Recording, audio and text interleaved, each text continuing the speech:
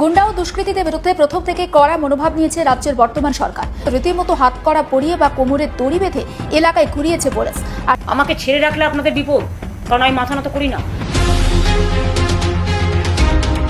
এদিকে আজ মমতা ব্যানার্জিকে গ্রেপ্তার করায় শুভেন্দু অধিকারীর উপর আক্রমণ করেছে তৃণমূল কর্মীরা। শুভেন্দু অধিকারীকে প্রকাশ্যে জুতাপেটা করছে, নরেন্দ্র মোদীকে 24 ঘন্টার আলটিমেটাম দেয় হিন্দু মুসলিম এক হয়ে। রাজ্যে লক্ষ্মীর ভান্ডার নিয়ে ব্যাপক দুর্নীতি হয়েছে। 30 লক্ষ অ্যাকাউন্টে ভুয়ো লক্ষ্মীর ভান্ডারের টাকা গেছে, এক টাকাও ছাড়া হবে না। সোমবার 1 জুন রাজ্য মন্ত্রিসভা সম্প্রসারণের পর সাংবাদিক বৈঠকে এই মন্তব্য করেন রাজ্যের মুখ্যমন্ত্রী শুভেন্দু অধিকারী। এদিন মন্ত্রিসভা সম্প্রসারণের পর নবান্নে ক্যাবিনেট বৈঠক করেন মুখ্যমন্ত্রী। আমায় বাংলায় গণতান্ত্রিক আন্দোলন করতে না দিলে আমি কিন্তু দিল্লিতে গিয়ে করব। তৃণমূল ভাঙার চক্রান্তের খেলা খেলছেন, মনে রাখবেন এই খেলা খেলে কোনো লাভ নেই।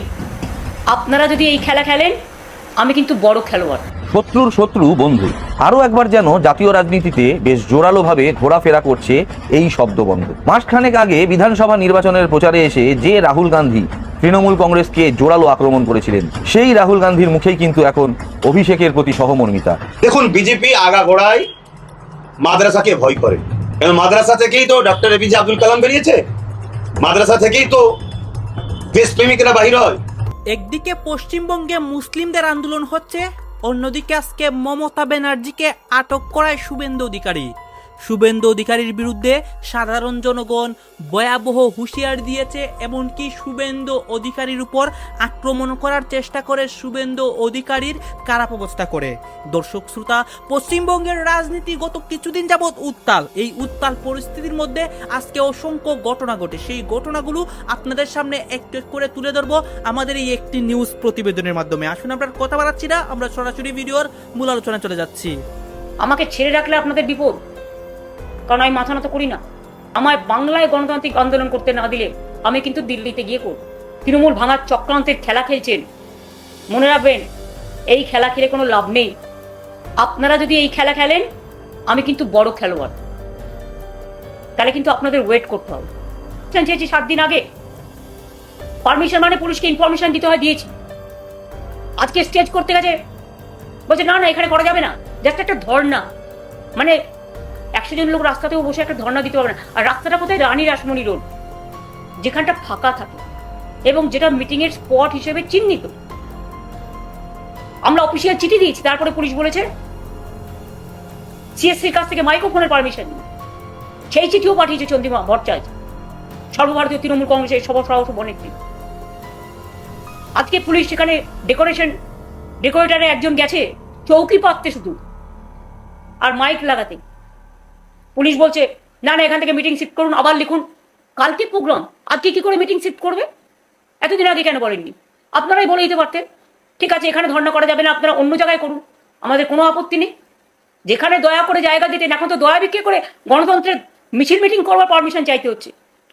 হকারদের উচ্ছেদ করেছেন, তার প্রতিবাদ করার পারমিশন চাইতে হচ্ছে।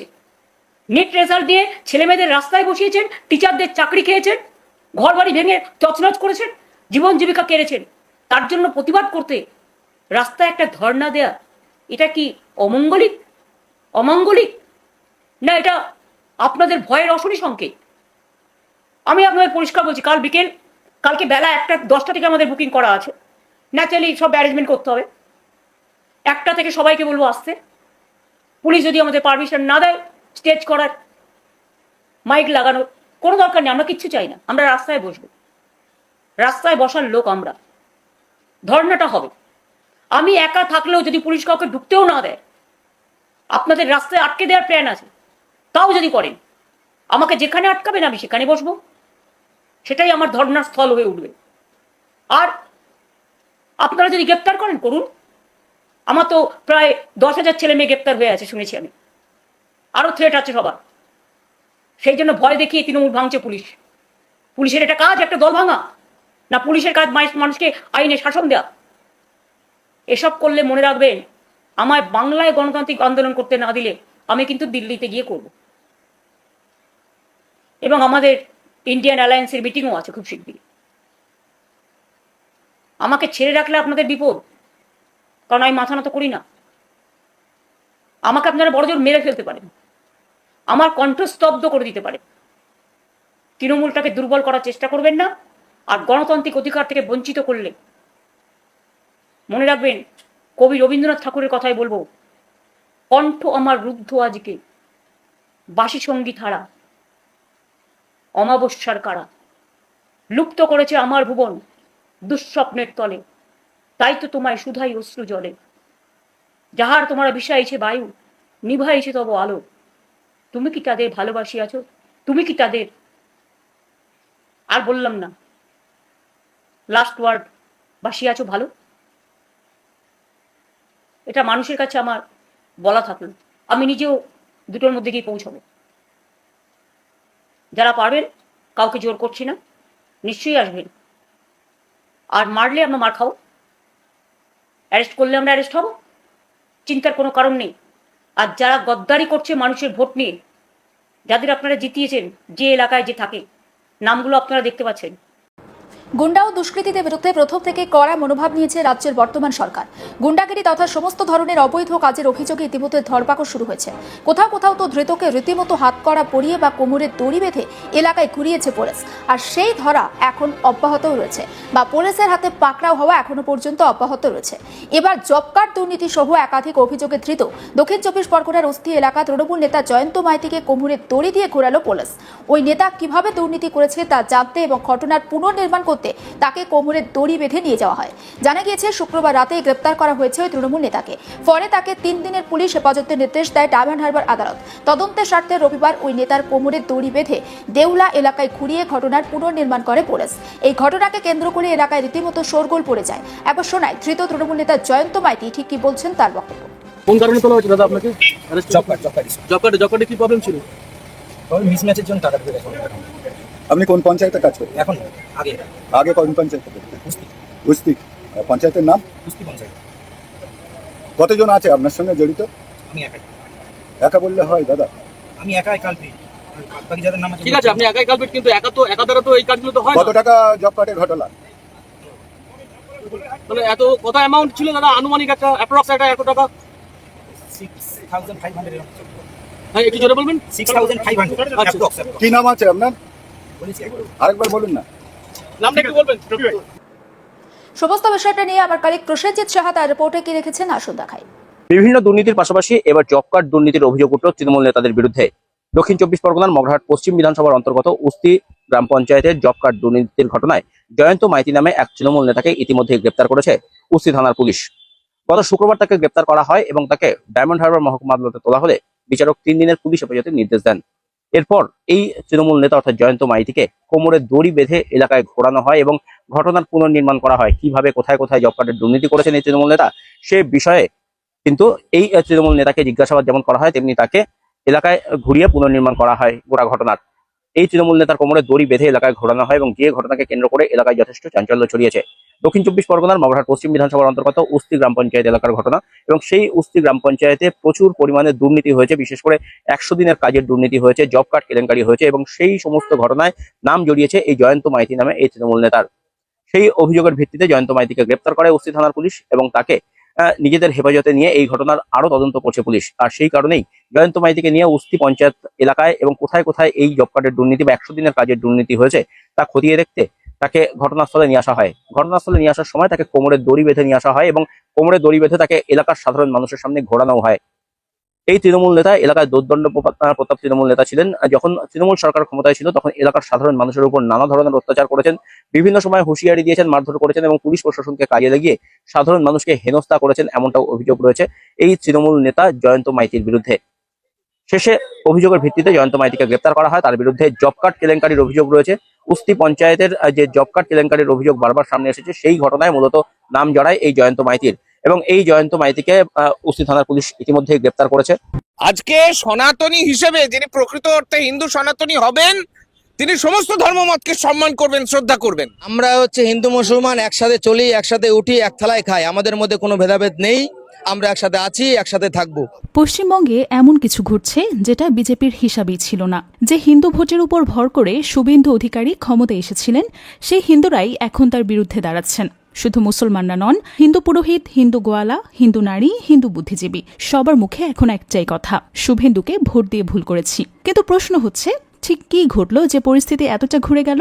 আর এর পেছনে শুধুই কি একটা গরু কোরবানি ইস্যু, নাকি আরো গভীর কিছু রয়েছে? আর এখান থেকে শুরু হচ্ছে আসল আলোচনা। পশ্চিমবঙ্গে বিজেপি ক্ষমতায় আসার পর শুভেন্দু অধিকারী একের পর এক এমন সিদ্ধান্ত নিয়েছেন যেগুলো সরাসরি মুসলিম সম্প্রদায়কে টার্গেট করে। লাউড স্পিকারে আজান নিষিদ্ধ করা হয়েছে 65 ডেসিবেলের উপরে। গরু কোরবানির উপর কার্যত নিষেধাজ্ঞা জারি হয়েছে। একটির পর একটি পদক্ষেপে স্পষ্ট হয়ে গেছে এগুলো প্রশাসনিক সিদ্ধান্ত নয়, এগুলো আরএসএস বিজেপির হিন্দুত্ববাদী এজেন্ডার বাস্তবায়ন। এবারের ঈদ উল আজহায় পশ্চিমবঙ্গে গরু কোরবানি কার্যত বন্ধ ছিল। শুভেন্দুর নির্দেশে পুলিশ কঠোর অবস্থানে ছিল। মুসলমানরা গরু কোরবানি দিতে পারেনি। কিন্তু এই সিদ্ধান্তের সবচেয়ে বড় আঘাতটা পড়েছে কাদের উপরে?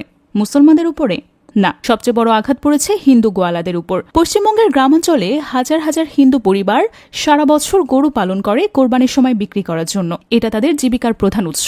অনেকে ঋণ নিয়ে গরু কিনেছে, খাবার জোগাড় করেছে, ওষুধ দিয়েছে। এই একটা সময়ের জন্যই অপেক্ষা করেছে সারাটা বছর। কিন্তু এবার একটা গরুও বিক্রি হয়নি। একজন হিন্দু গোয়ালা নারী যা বলেছেন সেটা শুনলে বোঝা যায় পরিস্থিতি আসলে কতটা ভয়াবহ। তিনি বলছেন, গলায় দড়ি দেব নাকি বিষ খাবো? গরুর খাবার দেওয়ার সামর্থ্য নেই, গোবর পরিষ্কার করার শক্তি নেই। ও তো বাচ্চাকে হোস্টেলে দিয়ে মানুষ করাবে, আমরা কি দিয়ে মানুষ করব? এই ও মানে শুভেন্দু, যে মানুষটাকে ভোট দিয়ে ক্ষমতায় বসিয়েছিলেন এই গোয়ালারা, সেই মানুষটার সিদ্ধান্তেই তারা এখন পথে বসতে চলেছেন। আপনার কি মনে হয় এটা শুধুই কাকতালীয়, নাকি বিজেপির পুরো কৌশলেই একটা মৌলিক গলদ আছে? সবচেয়ে তীক্ষ্ণ প্রশ্নটা তুলেছেন পশ্চিমবঙ্গের সচেতন হিন্দু নারীরা এবং পুরোহিতরা। তাদের বক্তব্য একদম পরিষ্কার।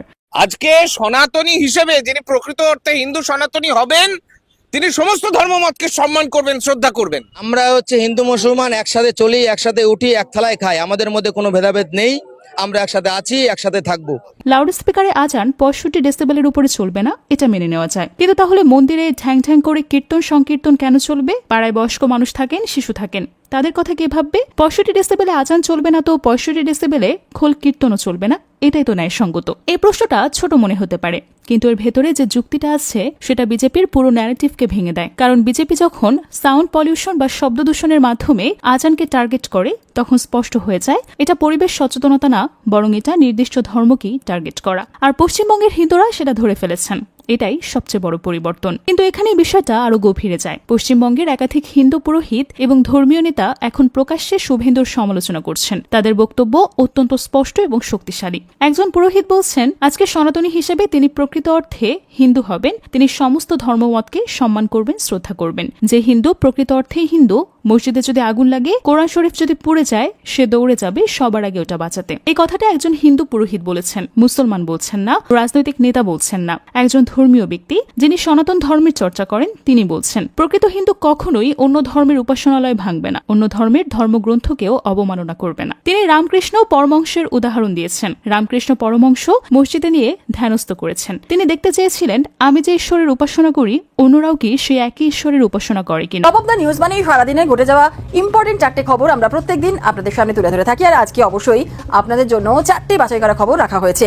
আজকে আমাদের ফোকাস নাম্বার 1 যে খবর রয়েছে, বুধবার কর্ণাটকের নতুন মুখ্যমন্ত্রী শপথ গ্রহণ। দীর্ঘ টালবাহানার পর কর্ণাটকে কংগ্রেসের পরিষদীয় দলের নেতা নির্বাচিত হন ডিকে শিবকুমার। সিদ্দারামাইয়ার জায়গায় কর্ণাটকের নতুন মুখ্যমন্ত্রী হচ্ছেন তিনি। 3রা জুন শপথ অনুষ্ঠান। ফোকাস নাম্বার 2, সোমবারই রাজ্যের 35 মন্ত্রীর শপথ। রাজ্য মন্ত্রিসভা সম্প্রসারণ, লোকভবনে 35 মন্ত্রীর শপথ। এক্সপোস্ট মুখ্যমন্ত্রী শুভেন্দু অধিকারী, প্রথমে 13 পূর্ণমন্ত্রী, পরে 22 স্বাধীন দায়িত্বপ্রাপ্ত মন্ত্রী, প্রতিরক্ষা মন্ত্রীর শপথ। ফোকাস নাম্বার 3, পালাবদলের বাংলায় আজ থেকেই সরকারি বাসে মহিলাদের ফ্রি যাতায়াত। নথি দেখালেই মিলছে শূন্য লেখা টিকিট, পরে ধাপে ধাপে দেওয়া হবে আইডেন্টিটি কার্ড। মন্ত্রিসভার সিদ্ধান্তের পর ঘোষণা মুখ্যমন্ত্রীরও, এবার নয়া নিয়ম, যেমন কথা তেমন কাজ। ফোকাস নাম্বার 4, ফের আইপিএল চ্যাম্পিয়ন আরসিবি। 5 উইকেটে গুজরাটকে হারিয়ে চ্যাম্পিয়ন বিরাট বাহিনী। এই নিয়ে পরপর দ্বিতীয়বার চ্যাম্পিয়ন হলো বেঙ্গালুরু। 6 মেরে আইপিএল জেতালেন বিরাট। অবশ্যই ফোকাস নাম্বার 1 এর দিকে নজর রাখতে হচ্ছে, কারণ বুধবার কর্ণাটকের নতুন মুখ্যমন্ত্রী শপথ গ্রহণ। দীর্ঘ টালবাহানার পর কর্ণাটকে কংগ্রেসের পরিষদীয় দলের নেতা নির্বাচিত হন ডিকে শিবকুমার। কর্ণাটকে কংগ্রেসের পরিষদীয় দলের বৈঠকে ঘোষণার এর ফলে সিদ্দারামাইয়ার জায়গায় কর্ণাটকের নতুন মুখ্যমন্ত্রী হচ্ছেন তিনি। 3রা জুন শপথ অনুষ্ঠান। অবশ্যই ফোকাস নাম্বার 2 এর দিকে নজর রাখতে হচ্ছে। 5 থেকে 40 সরকার গঠনের 1 মাসের মধ্যেই সম্প্রসারিত শুভেন্দু অধিকারী সরকারের মন্ত্রিসভা। সোমবার লোকভবনে নতুন করে 35 জন মন্ত্রী শপথ গ্রহণের পর মন্ত্রিসভার সদস্য সংখ্যা এবার বেড়ে দাঁড়ালো 40-এ। আর এর মধ্যে 8 জন পূর্ণমন্ত্রী, 19 জন প্রতিমন্ত্রী, এছাড়া স্বাধীন দায়িত্বপ্রাপ্ত মন্ত্রী 3 জন। সকলকে শপথ বাক্য পাঠ করালেন রাজ্যপাল RN রবি। আজকে বিকেলে নতুন মন্ত্রীদের দপ্তর বন্টন করে দেবেন মুখ্যমন্ত্রী শুভেন্দু অধিকারী। আর এদিন রাজভবনে শপথ নিয়েছেন তাপস রায় মানিকতলা কেন্দ্র এবং দীপক বর্মন ফালাকাটা, জগন্নাথ চট্টোপাধ্যায় সিউড়ি, শারদত্ত মুখোপাধ্যায় রাজারহাট নিউটাউন, স্বপন দাশগুপ্ত রাসবিহারী, সজল ঘোষ বরানগর, শঙ্কর ঘোষ শিলিগুড়ি, অর্জুন সিং নোয়াপাড়া, অশোক দিন্দা ময়না, ইন্দ্রনীল খা বেহালা পশ্চিম, মালতী রাভা রায়। দর্শক আপনারা তো দেখলেন এখানে কি কথা হচ্ছে, অনেকে কিন্তু অনেক কথা বলতেছে, বিশেষ করে এখানে দেখতে পাচ্ছি আমরা ভারতের পশ্চিমবঙ্গের নিউজ নিয়ে কথা হয়, আর অনেক বিষয় নিয়ে কথা হয়। এই বিষয়গুলো দেখে এবং ভারতের রাজনীতি নিয়ে আপনার মন্তব্য কি, আপনার গুরুত্বপূর্ণ মন্তব্য অবশ্যই আপনারা আমাদের কমেন্ট বক্সে লিখে যাবেন। সর্বশেষে আপনাদের কাছে আমাদের একটা রিকোয়েস্ট থাকবে, আপনারা আমাদের চ্যানেলে নতুন দর্শক হয়ে থাকলে চ্যানেলটি সাবস্ক্রাইব করবেন এবং পাশে থাকা বেল বাটনটি বাজাবেন যাতে করে নেক্সট ভিডিওটা সবার আগে আপনাদের কাছে পৌঁছে যায়। ধন্যবাদ।